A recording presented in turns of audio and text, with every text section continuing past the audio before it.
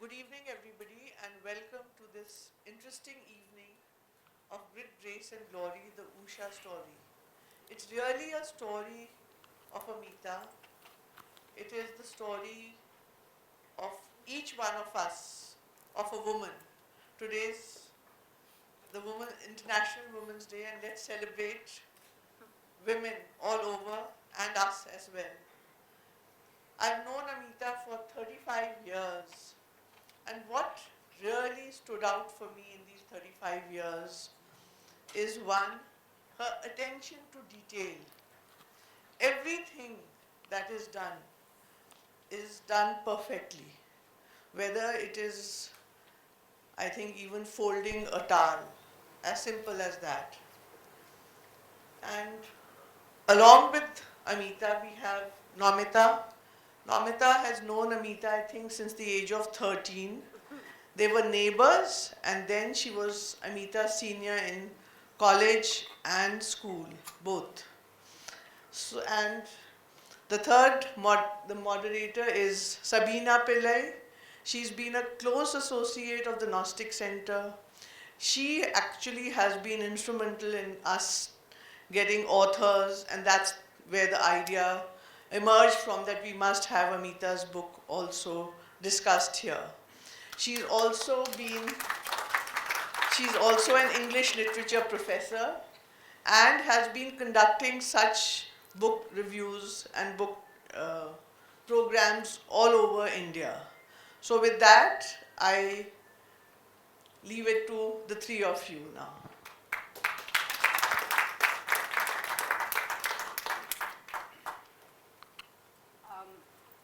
Do we have a mic for this?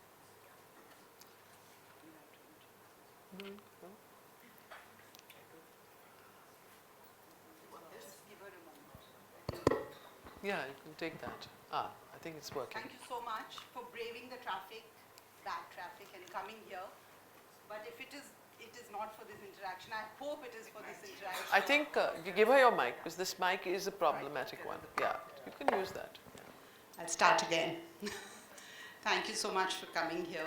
I'm hoping you're here for the interaction, but if not, you're here for this beautiful space, idyllic almost, that Ameeta has built and nurtured. Many of you may have read the book, or parts of the book at least, but I'm here to talk about Ameeta. As she said, we've known each other since we were pre-teens, possibly 11 and 12. And she has grown from a rather rebellious, devil-may-care sort of attitude sort of girl to what she is today. And we're here sort of facilitating her and Usha Stud Farm, of course. I have to tell you an anecdote before I begin.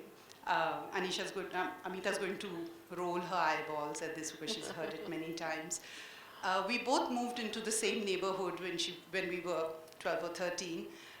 Both our fathers had taken premature retirement from the Navy and the Army. And on the first day when we met at the bus stop to go to school, Ameeta was taller than me even then, and continues to be. I told her, we've moved from Delhi Cantonment, from Dholakpur, and that's where we lived, and where do you come from? And she looked down at me and said, I've come from the Rashtrapati Bhavan. I lived there. I knew she wasn't the president's daughter, but I should have thought that there was greatness awaiting her, and it has. So possibly, my first question to you, Ameeta, is at that time, did you think you would be here in this space? Would you be the person you are today? Grow the way you have? At that time, no, definitely not. But by the way, my father was the commandant of the president's bodyguards. I was staying inside the Rashtrapati Bhavan. So when she asked me, where do you stay? I said, I stay there. So anyway, that's just to make sure that you know. She made it sound her own.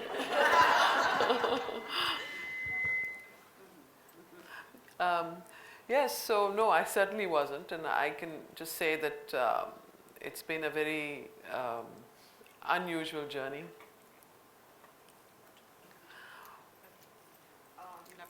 So I'm a person of few words. Huh? You'll have to ask lots of questions to pull me out.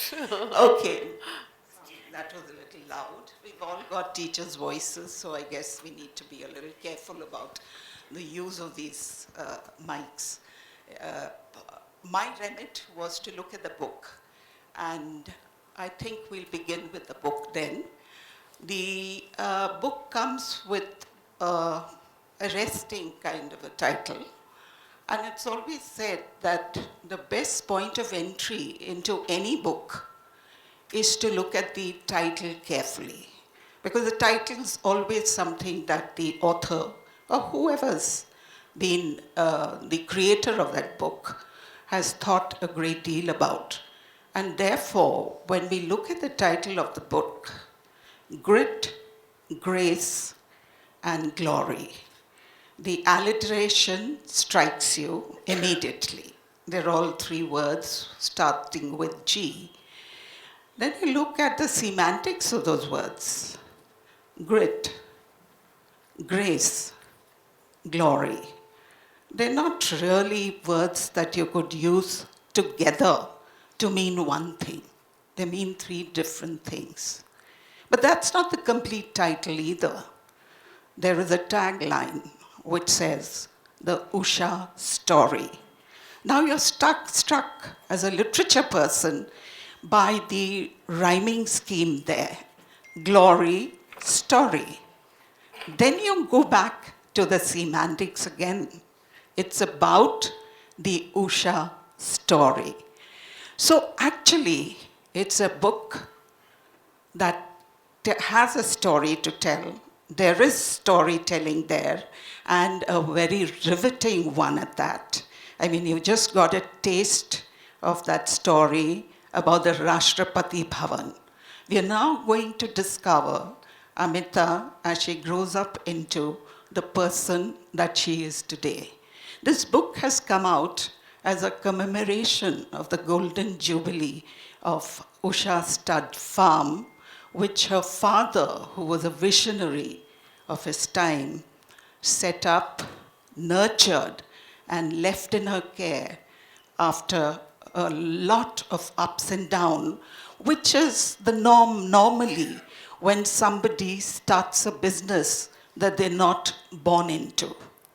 That was a time when there were no venture capitalists, there were no angel investors, there were no shark tanks.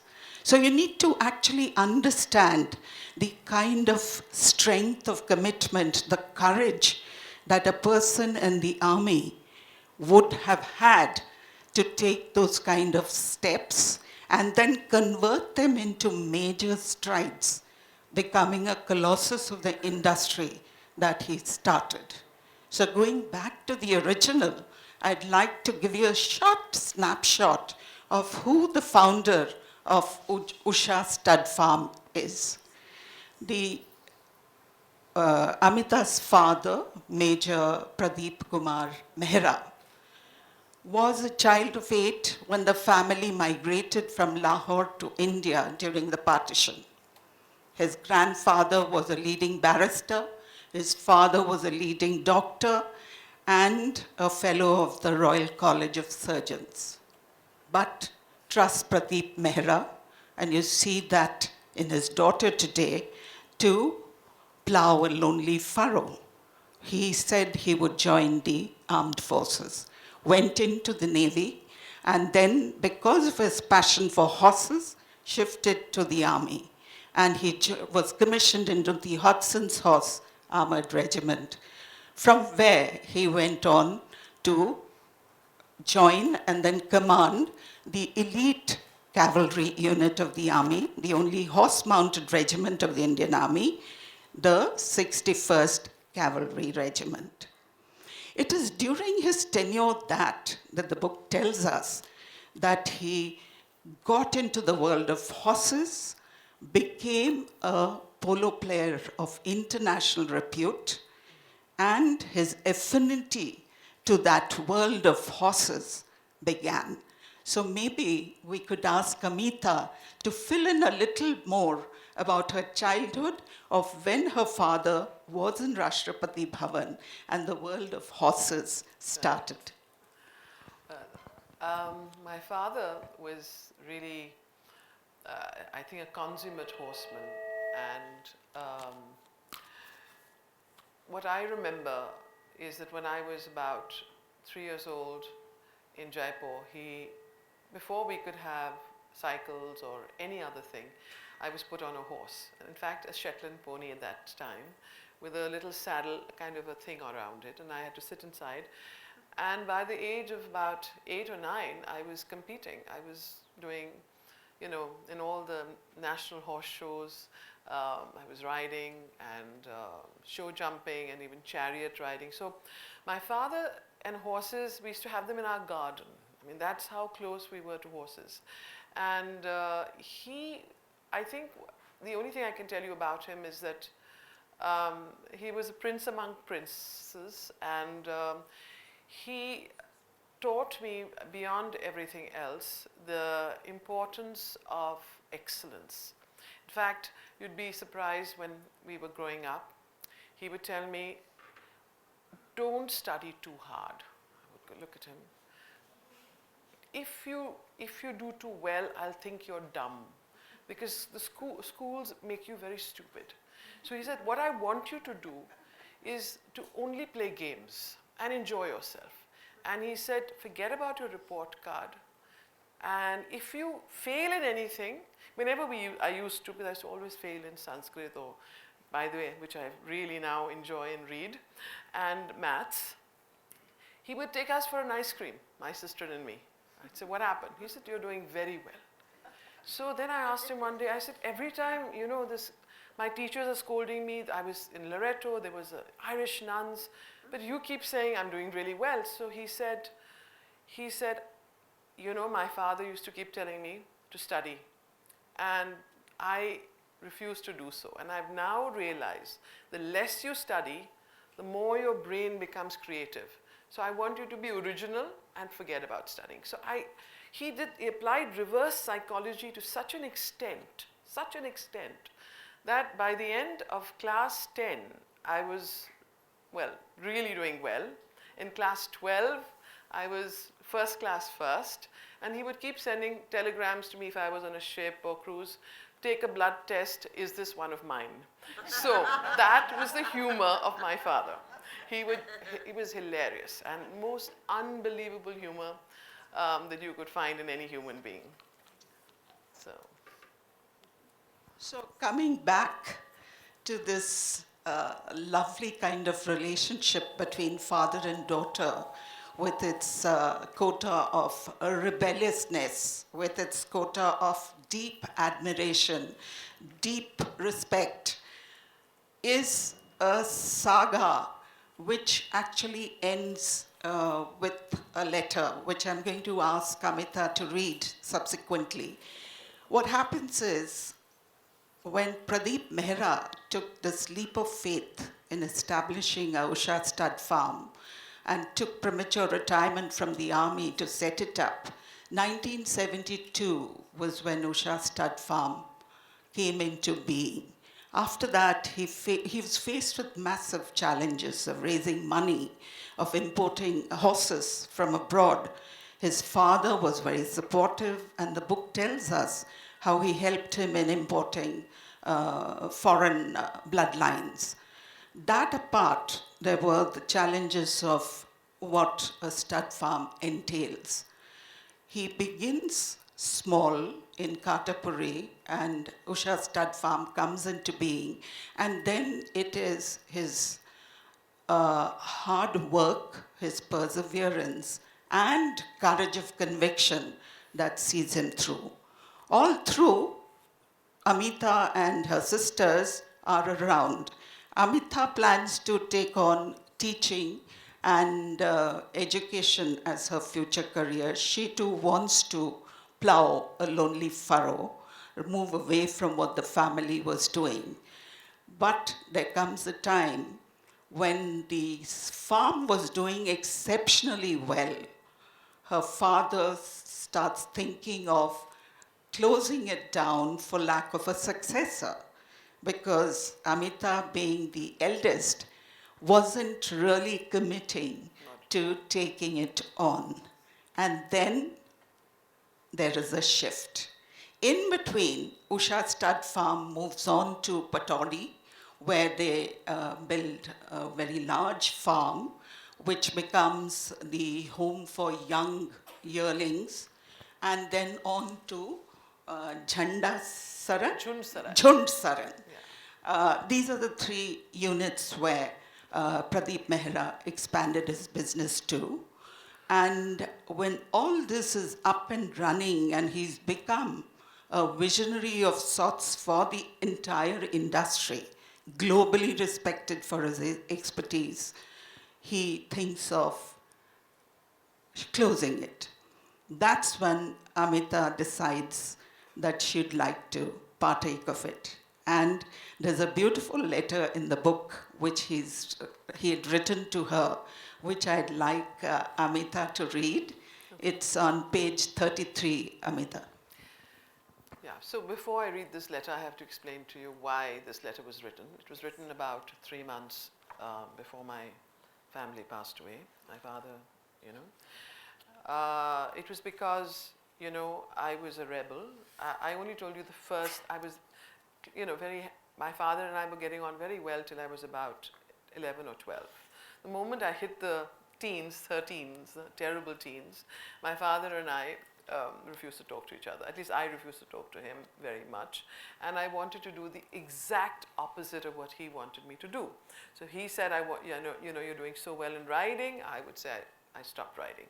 If he said, you know, something else, I would do the opposite. So, and I became more and more interested in education and in, you know, as I grew up in college, I would say in school, high school and college, I was very interested in, you know, improving the education system in India and starting what now is called the Gnostic Center and, you know, pursuing I was to be at the ashram in Pondicherry for months together and just disappear, and my father would wonder where I am, and so on. So I was quite a rebel. That explains why that word was used. But you know, what happened was that I had this dream of starting a university of tomorrow. And I figured out that I didn't have very much money because I was really working free. I was working in Mirambika, the Sri Aurobindo ashram, for about 4 years as a teacher, an educator, and so on. So my father was very smart, and he said, okay, you join the stud farm, and if you can breed me an Indian Derby winner, then you can close the stud farm and start a university. I said, are you sure? He said, yes. I said, okay, we will have a contract written. I don't believe you, so let's put a written contract. So we wrote a proper contract down between him and me, where he said, okay, you know, you breed me one Indian Derby winner, and you close the whole stud farm and you start a university. That's how he hooked me into the stud farm. I wasn't at all interested. But anyway, so this happened, and then I joined the farm. I went, you know, as you know, he was far ahead of his times. So I went to Kentucky, I went to Irish National Stud. You will read all about this in the book. So actually, I shouldn't be telling you all these stories. You should read about it. But, and you know, the full stories are there, but I'll tell you in brief. So when I finished my training over 2 years, and then I went to IIM Ahmedabad, because he said, you know nothing, you're a dreamer, you have lived in your own dream world, so you may as well start understanding what business is about, what, you know, learn things. So off I was sent. So I was rigorously, meticulously trained, and he kept telling me, I'm your father, I'm your teacher, and I'm your guru. And at different times, I will wear different hats. And he used to also tell me, in my life, I've never taught anybody, because he used to be quite impatient. He was a perfectionist. So, but he said, I've decided to teach you. It's okay.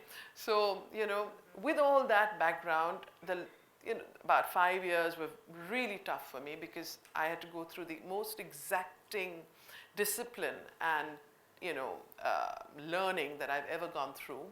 And then I returned back from the Irish National Stud and IIM, and I start working. I worked with my father for 8 years or 9 years, and this letter was written um, on 17th of October 2000, my father and my parents, my family passed away on 2nd of January 2001. So it was 3 months, and I'd already worked with him for 8 years or 9 years since then. So he writes to me. This was the last letter I received from him, and it's a very funny letter, but it's the most important letter for me to this day. So I think that's why she's asking me to read it. So it starts like this. My dear Ameeta, in the past, you have written me a few letters. Oh, I used to be a great letter writer because we didn't talk much. And most of my letters were telling him, you know, all kinds of things. Anyway, okay. In the past, you have written me a few letters. Most of them made telling points. So he's agreed at last. So most of them have made telling points.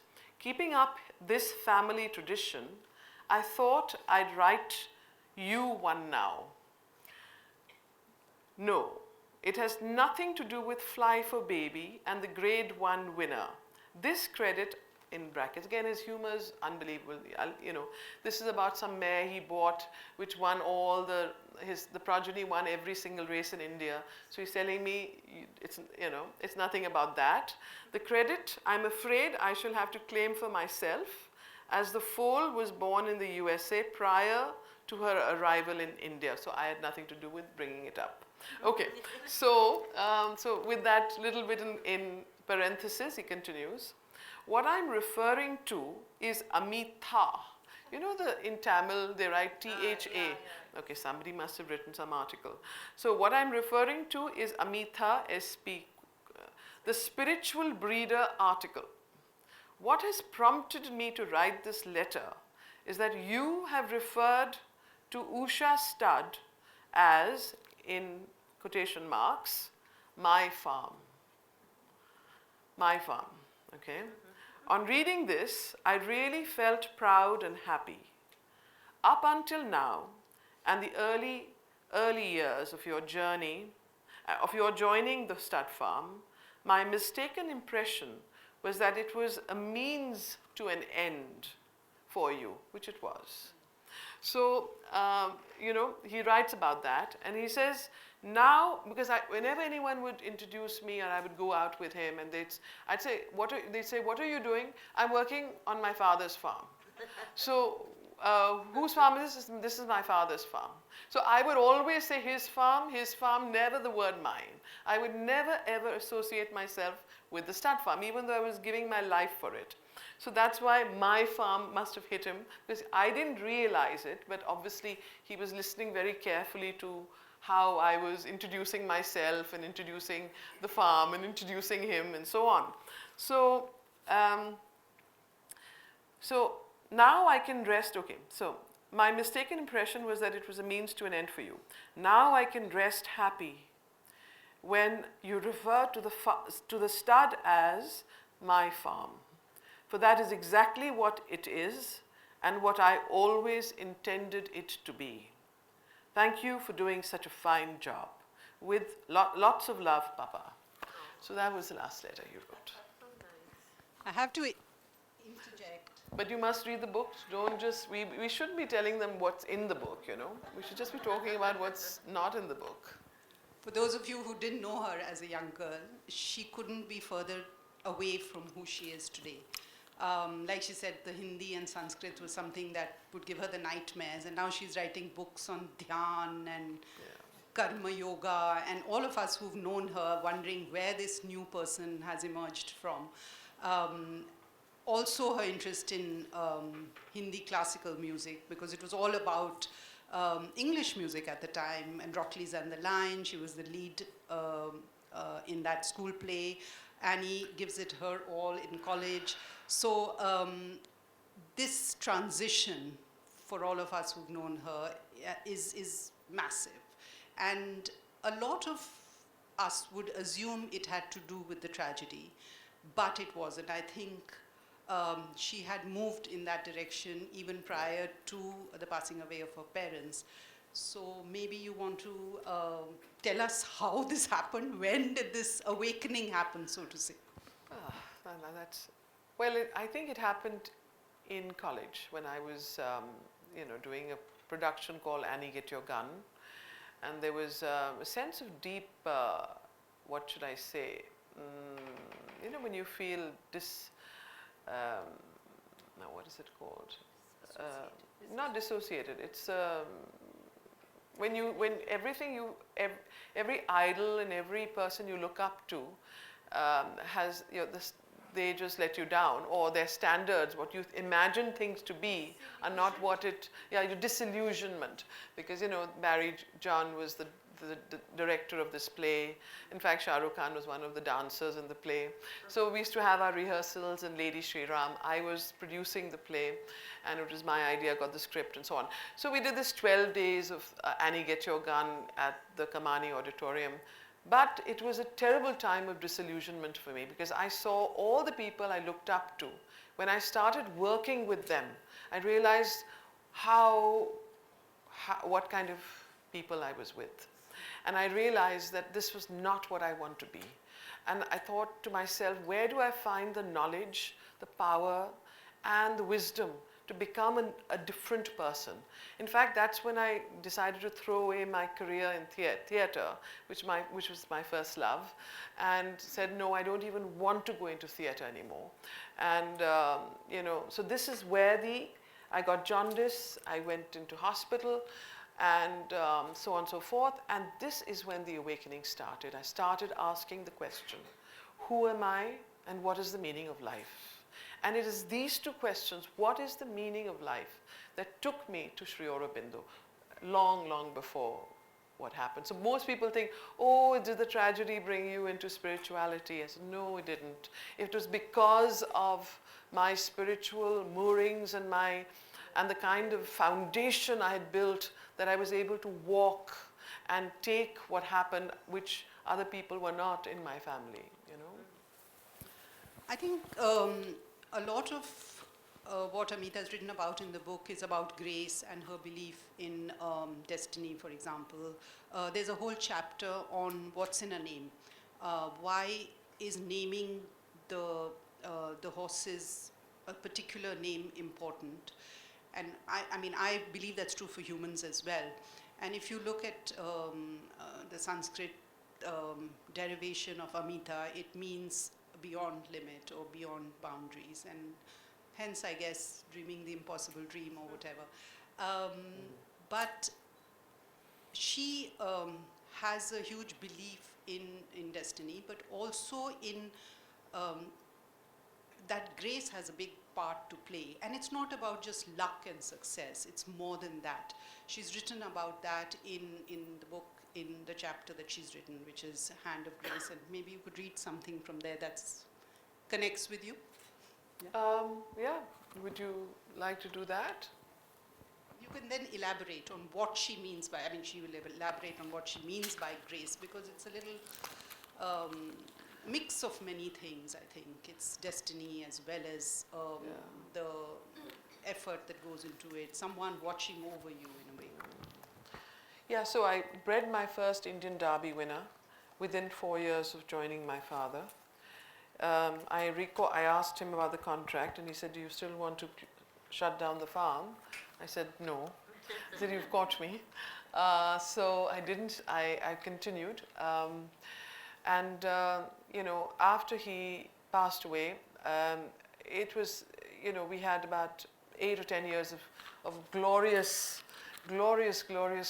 results, to the extent where every horse that I had bred, every horse of mine anywhere in the country was just winning by distances and distances. Champion stud farm, champion this, champion that. There was just no end to it. And unless I tell you that, what I'm going to read will not have the meaning it would. Because I was at the height, it was 2000, when this happened, was 2006 or something like that, when this incident took place. So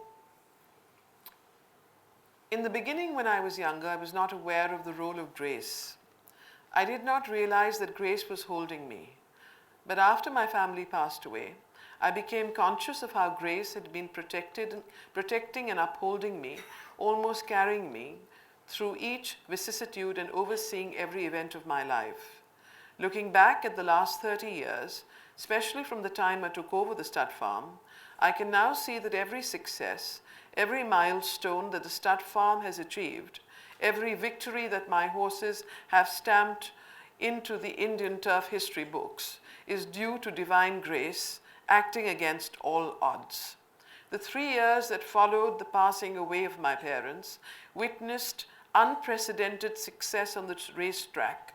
I took it almost for granted that I would win every single big race. Razine's progeny was unstoppable, winning derby after derby, oaks after oaks, guineas after guineas. One incident in particular is etched in my memory. I had gone with a friend to the Delhi Race Club, the only place where one could see live racing at that time, because you couldn't watch it on the internet, to watch the summer Bangalore Derby. On seeing me, one of the members exclaimed, "Oh, why aren't you in Bangalore, Ameeta? Don't you want to be there to receive the trophy when your horse wins?" I turned around and in my arrogance replied, "I can't keep going every week to different race centers to collect trophies." So, they say, pride cometh before a fall. The moment those words fell from my lips, much like the curse in the Mahabharata, the incredible winning streak of 3 years came to a standstill. The gods had been showering their grace upon me, and I was the ignorant receiver. The moment pride came in, grace receded. I remember my friend telling me at that very moment, well, that friend is sitting here, Ritika, "You should not have said that." It taught me an incredible lesson that I have never forgotten. The next 3 years were ordinary. However much, how ordinary meaning, well, there was just a few things and my horses weren't winning too much. However, much later, in 2005, I learned how sometimes even our mistakes are divinely purposed. There is a purpose in every stumble and fall. Had I continued that incredible winning streak, I would have lost the stud farm to competitors. But that is another story, and for which I'll have to write another book. So that's it. So, Ameeta, coming back to the title with which we began, there is, as I said, a story to be told and a story that has a telling to be done. But at the same time, when you look at the 3 first words, there's philosophy that's there. And that is what I think grace sets its sight on. I'd like to go back to a painful memory for Ameeta, the time when she got to know about the passing of her immediate family, a blow that would have felled most people. And she talks of it in her book, totally unsentimental, but I think the reader gets moved, about how she was at a picnic with friends, and she did feel out of sorts, which was unusual. And then towards the evening, she gets to know about the accident, the crash where her father, mother, and dear sister perished. That was 2nd of January 2001. She initially is shell-shocked, and then she finds solace in the ashram, which is where she was when she got this news. And she says when she went into the holy shrine, she says a deep calmness came over me. So grace has many meanings. It could be grace on the tracks with your horses, where the graciousness between man and animal is so visible, and the lack of it is also visible. For example, there's a telling line in her book which says, race horses have to be thoroughbreds, but that's not applicable to people. So there you go. Grace it is always. Now, coming back to the philosophical bent which underlines the book, apart from the very, very exciting details, which I must tell you was very educative for me too, because I didn't really understand horse breeding and horse racing to be so intricate and complex pursuits as the book tells you. And then for Ameeta to come and take charge, and as one of her trainers have said, she's on top of the tree at the top of her game today. That's a long journey from 2001 to where we are here today in 2025. I think 24, Amita, was a great year for, speaking of which, you talk of these horses almost as though they are humans. That's one very striking thing that you get to see in the book, apart from this fascinating story of, in fact, many a time I was reminded of the trajectory of Queen Elizabeth II of England, who, if she'd been left alone, would have been a breeder Yes. and a racehorse enthusiast all her life. But history had mandated otherwise, so she ended up where she was. But you see, the empathy, the affinity with these animals is so palpable in the book. And there are some chapters which are very technical, which may not make very good sense for some of us, but would be prized, valuable kind of inputs for professionals in the field.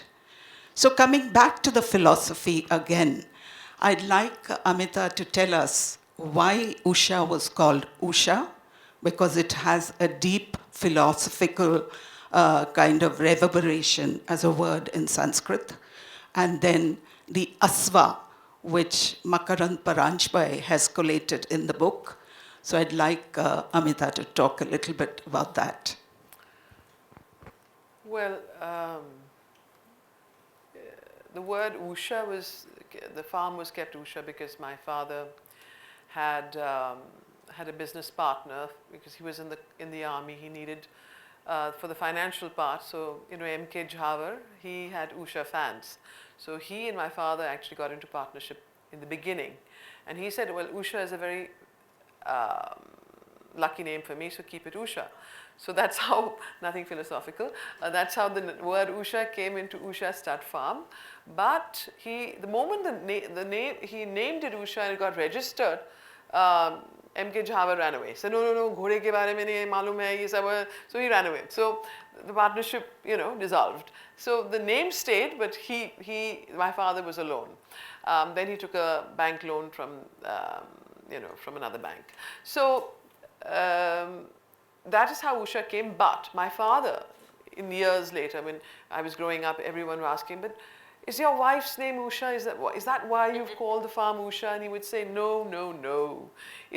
I have named the farm Usha because that's the only girlfriend I didn't have. And I didn't want my wife to feel, So as usual, his humor was unbelievable. And everybody was in splits of laughter the way he would say it.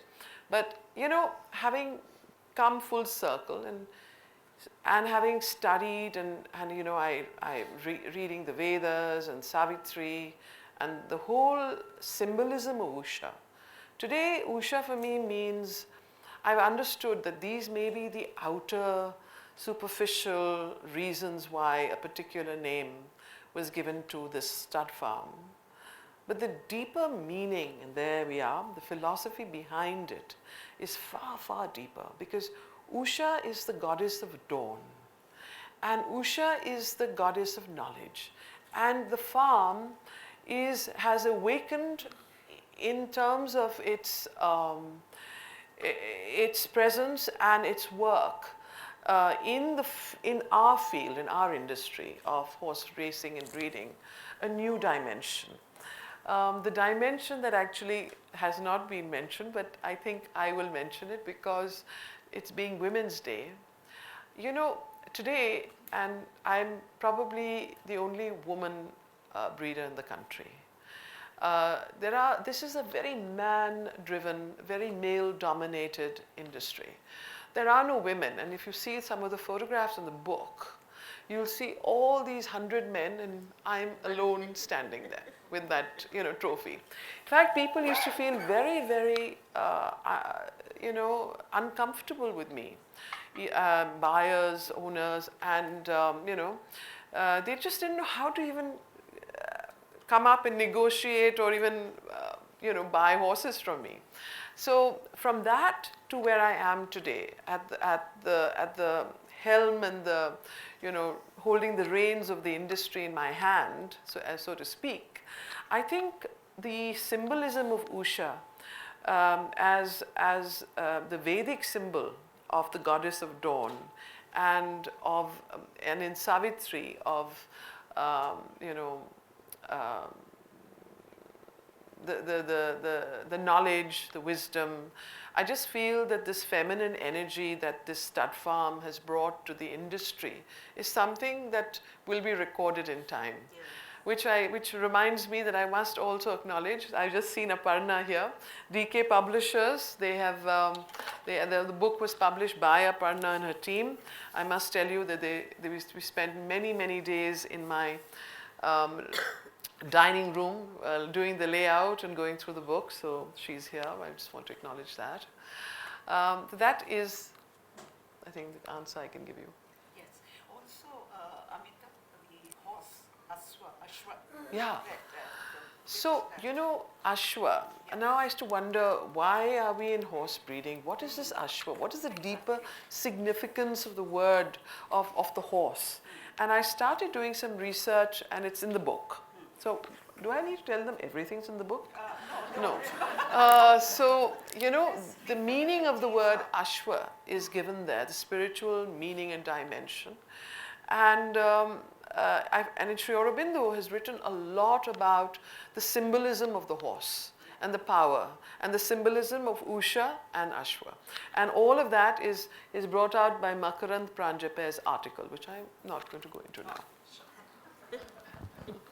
Since it's Women's Day, I think, if you read the book, you'll know that sexism was rampantly presented to her, especially after the tragedy, and all power to her dealing with it. But one of the conversations I had with her earlier, she told me, it's not what is written and said about me that bothers me, it is what is unwritten and unsaid. Would you like to elaborate on that?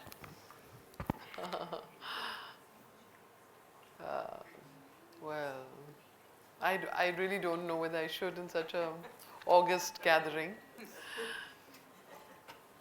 You see, it's very difficult to accept well,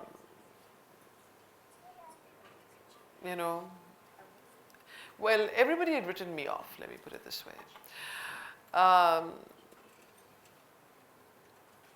They used to come to me and hold my hand and shake. I was so sorry. Do you have a cousin? Do you have a brother? Will someone take over the farm? Of course, it's going to close down. And this kind of has to keep listening to this. Let's see, she'll continue while Razine is there. Once the stallion dies, the farm will close down for 2 years, 5 years, 7 years, whatever. So this thing used to carry on.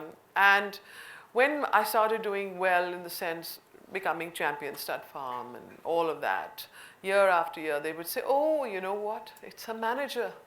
She's got the best manager. Her father's trained him. So then the manager disappears. He's what should I say, poached. I've had so many people from my farm being poached. It's unbelievable. So the manager disappears. Now what to do? Who's now next to get the credit? So the next person they find, oh, it's the vet. This vet has been, he's got this magic thing that, he decides everything, the matings and this and that. So this went on for first about 10 years. And it took a long time. It wasn't just a few years.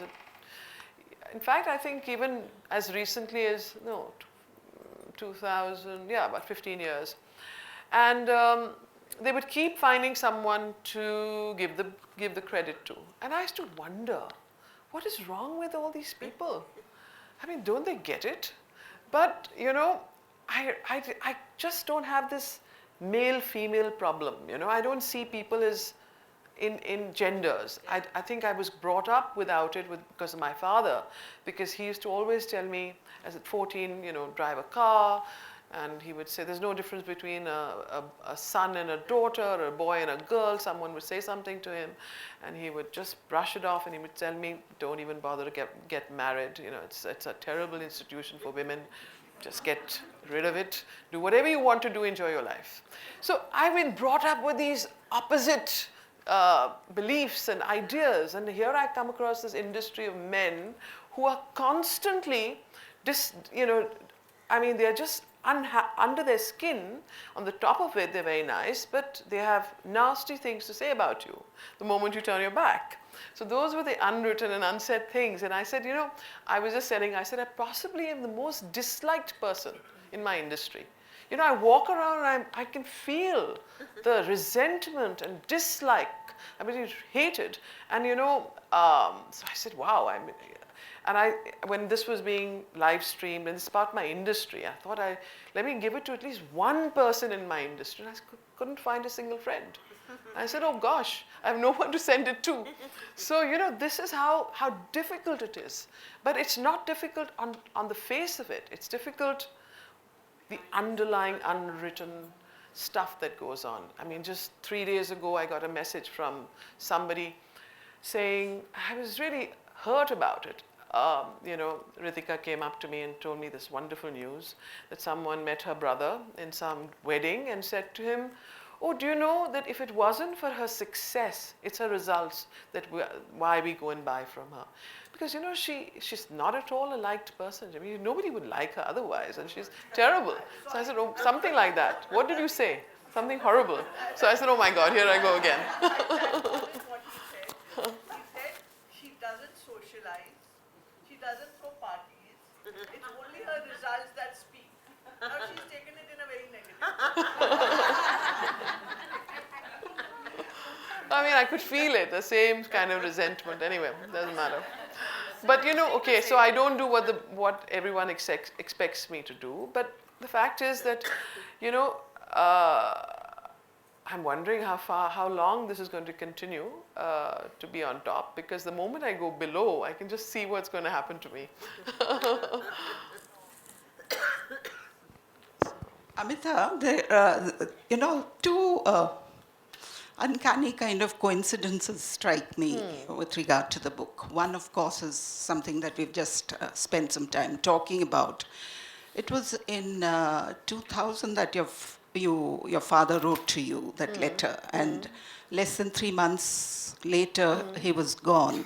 So that seemed to be, you know, some kind of a passing over. There seems to have been some hand on top which made him, in a way, you know, easy in the mind to let go his Yeah. fruits So he of used to his keep labor. telling me, Yes, he used to keep yes. telling me this, that I Yeah. see nothing beyond 2000. Correct. I only see darkness. And he used to keep coming to the farm. I think he had a sense of, he had a premonition. I'm absolutely sure about it. Even I had it, actually. That actually comes through in the telling too. The other uncanny kind of coincidence I find is, and then we'll come on to what I believe is something that we'd all like to know much more about from you, is the fact that on the one hand you're a breeder and a racing, you know, guru, so to speak, and on the other, in the same breath, you're an expert, you're somebody people look up to for your understanding of Sri Aurobindo's teachings. How do the two cohabit? Because there is a saying, biblical saying, that God and mammon do not come together. So the world of spirit on the one hand and the world of matter. How have you reconciled that? And this will probably lead us into what you talk about with regard to integral yoga. Yes, I think that because I was a reluctant, you know, entrant in this industry, I have kept. I think what I really have related to is the spiritual aspects of the horse, you know. Horses are very spiritual animals. And I find that they are good, you know, what should I say? There's a certain karmic, karmic cycle that takes place with horses. They pick up your energies very fast.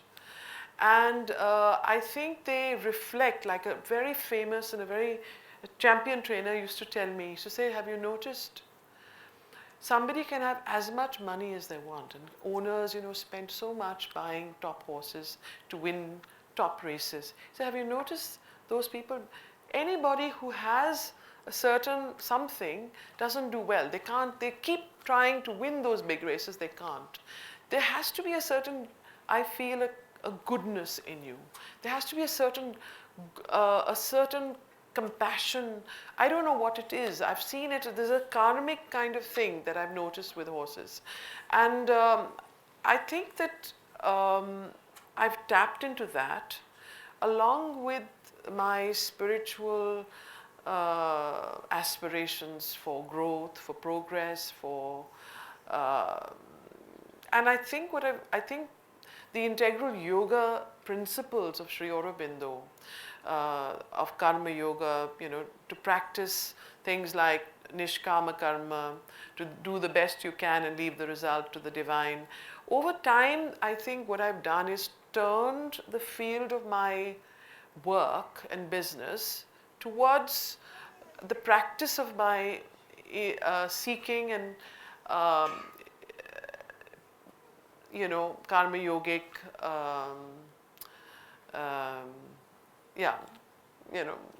practice of Sri Aurobindo's yoga. So what's happened, I think it's happened more and more organically. I think wisdom has started sort of emanating from my consciousness to the extent where I've realized that to really be a complete human being, one has to embrace both the material world and the spiritual, and to spiritualize the material, and to materialize the spiritual. So right. That has happened through a process of evolution and through time. I don't think it was something that one has mentalized, and that's why I feel that the work that I do gives me the greatest opportunity to practice Sri Aurobindo's yoga.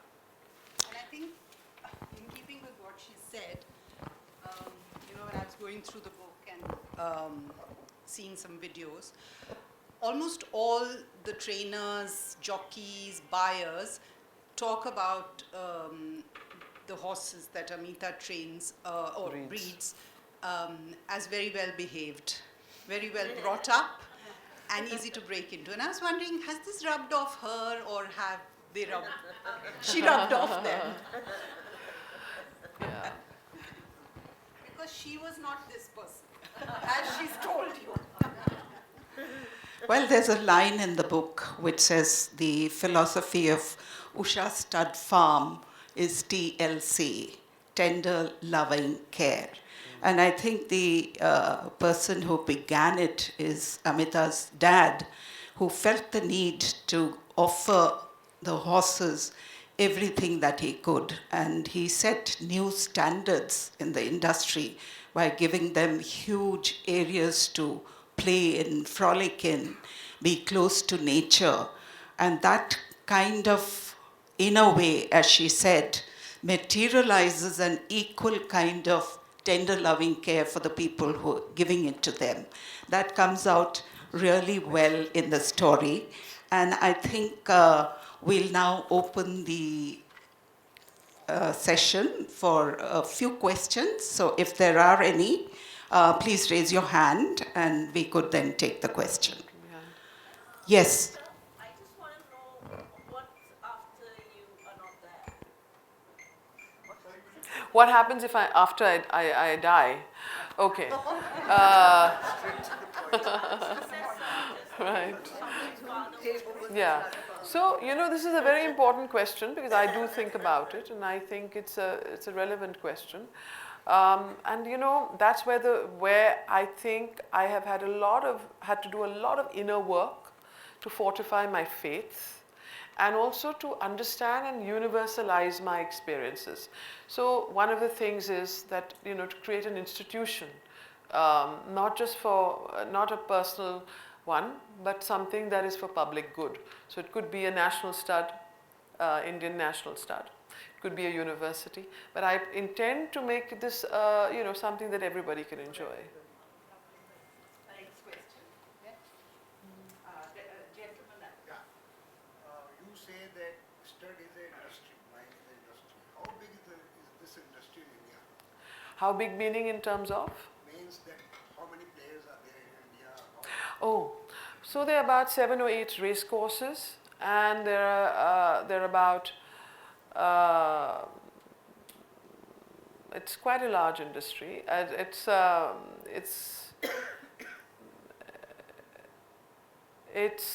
are about 150, no, now there are about 60 stud farms. There used to be 150. This particular industry has gone through a very rough time in the COVID period, where almost about 30 or 40 stud farms closed down. The government hasn't been very good with the racing industry. They see it as a sin industry. They put a 28% tax on it. Which has been very, very difficult for many of us to handle and to work with. But I think it's a niche industry, but it's a very high profile, high net worth industry. So you are taxed as a agriculture income or you are taxed as a Business, no agricultural income. Keep your question short, please. Yes. What kind of challenges do you face while trying to merge spiritualism into your business or what are challenges? I don't think I face any challenges outwardly because it's a very internal process, because I don't let anybody know outwardly what I'm doing. It's an internal thing, you know, it's your attitude and it's what you do internally, how you handle your business, what are your principles, you know, how you work and so on. So the challenges are just the biggest challenge is myself. I'm the biggest impediment in my own way. I really, every time when I come back to it, I see I'm the problem. I have to get myself out of the way first. So, Amit? Yes. Yeah, so you did touch upon it, but didn't elaborate. Have you thought about stepping down from the helm, what would happen, or finding yourself there as an outcome of circumstances, if and when it does happen? What would life be and what would the consequences be? Because it clearly appears that you have been at the helm for a while and you command your space. Yes. That's question number one. Question number two is another something that made me curious. You said that if you had continued being at the helm, winning competitions, those 3 solitary years that you didn't win in a career which has only been about wins, Yes. that you might have had to give up your farm Yes. to competitors. What did Yes. that mean? Yes. Well, the second one is shorter. So I'll start with that because, well, you know, there was a hostile bid on my stud farm by my competitors through a family member. And I had a very big legal battle going on. And they thought that the success was so great that everybody wanted the farm. And I had several people who came here, walked into the farm to do valuations of the stock and so on and so forth. So had this continued, this successful, really high level of success, I think that the jealousy and there would have been a lot more aggrandizement, you know. But because it cooled off, everyone said, oh, it's not doing well so well now. Chhod do, you know. So that's where I got saved. Everything happens for the best. Yeah. And sorry, your second question? Yeah, the first one. First one? About stepping down from the helm. Yeah, so stepping down from the helm is a very big problem because I'm really am at it's a it's a 7-day week. I mean there are no holidays because my father when I was very young told me if you take a Sunday off your staff will. So I work 7 days a week. I work on a Sunday. So and I really work hard and I'm at the farm but I really enjoy my work. It's not something that I look at as work. But if I had to step down, and I've thought about that very often, the only thing I can tell you to answer that question is prayer. I have a deep faith and belief that prayers can change destiny. So I'm praying for someone better than me, and I keep praying every day. Please find someone better than me so I can hand over and say, please continue with my life. Now I've done enough of this service for 25 years. Now let me finish what I've come here to do, which is start this university. So. Yes. So I just wanted to ask you various aspects of the industry, breeding, training, and racing. So is that all within Usha, or do you interact with other? So no. We breed, and we pre-train, which is we educate the horse, like what she asked. Every trainer says Usha stud horses are the most well-behaved horses. The reason for that is it's a norm. I mean, all the youngsters, the interns, they rush when my horses, come off the float into the race courses. They quickly want one of mine because they think it's very easy to train them. So they all rush for them. The reason is because of the 3 principles of education from Sri Aurobindo. So the education of the horse, because I can't now start a university, so I've started educating horses only. So I start my education of horses when they are born. So how does the size, the groom look after them, nurture them, walk them, obedience, freedom, understanding, safety, so many things that create a horse. Now, people keep saying, what is the secret of your success? Which everybody's trying to figure out. But I think that it's to do with hundreds of things, and this is one of them, education. Everything needs education. So educating the sizes, getting foreign vets, Australian vets, English vets to educate my staff. So I just keep moving the boundaries and trying to see. My dream, and that's when I'm going to close down, I keep saying, is when I'm going to breed a horse that's going to win internationally. Take my horses out to Dubai, to England, and race against the best. But, for that, you have to up your standard a hell of a lot. So, Yeah. Amit, sorry. Yeah, go ahead. Okay, so I don't have a question for you, but sharing on an aspect of Ameeta which we haven't spoken of at all out here, and which is that I stumbled on the Gnostic Center because of my children. We'd enrolled them for some courses here, and then I met Ameeta, and I must say, she is an amazing facilitator.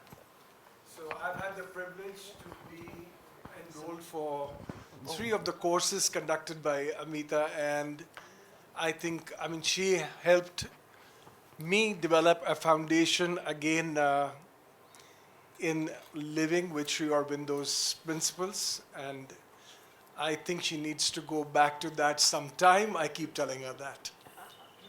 Yeah. So I've stopped all my teaching in in the Gnostic Center. I think we step out for a cup of tea now. Yeah. And Oh, okay. One last question.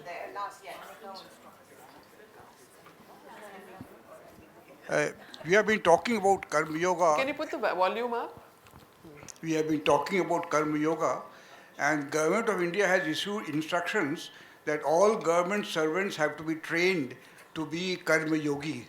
Now, all this knowledge and education that we are now gathering, how can we bring into the mainstream systems? That is the problem which I'm sure you can start thinking about. We have been thinking about education, Karma Yogi, etc. So let us see how we can do something toward this direction.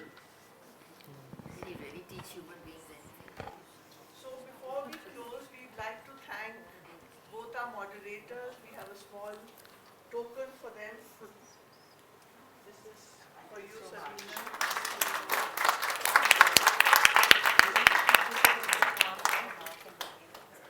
This is for Namita.